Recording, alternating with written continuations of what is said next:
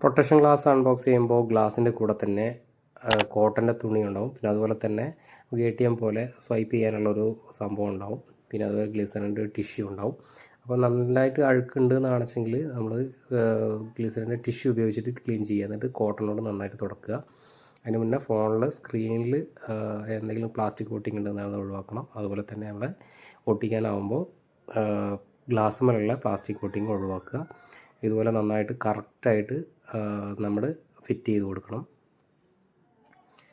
Okay, കറക്റ്റായിട്ട് fit ചെയ്തതിന് ശേഷം നമുക്ക് എയർ കിടക്കാനുണ്ട്. അത് നമ്മൾ ആ ATM കാർഡുള്ള പോലെ സാധനം കൊണ്ട് നന്നായിട്ട് എയർ ഒരു തലക്കുന്ന് മറ്റൊരു തലക്ക് നല്ല കറക്റ്റായിട്ട് സ്വൈപ്പ് ചെയ്ത് കൊടുക്കുക. ഓക്കെ, എയർ നന്നായിട്ട് പോണ തരത്തിലായിരിക്കണം. അല്ലാതെ എയർ കുടുങ്ങിക്കഴിഞ്ഞിട്ടുണ്ടെന്ന് വെച്ചാൽ കറക്റ്റായിട്ട് കിട്ടില്ല. എയർ നന്നായിട്ട് ഔട്ടായി പോയി എന്ന് കണ്ടിട്ടുണ്ടെങ്കിൽ അത് ഓക്കെ ആയിട്ടുണ്ട്. ഓക്കെ, ഇത്രയേ ഉള്ളൂ. സംഭവം സിമ്പിളാണ്. നമുക്ക് ആർക്കും അറിയാത്ത ഇതൊന്നും ചെയ്യാൻ അറിയാത്ത ആൾക്കാർക്ക് പോലും സിമ്പിളായിട്ട് ചെയ്യാൻ പറ്റും.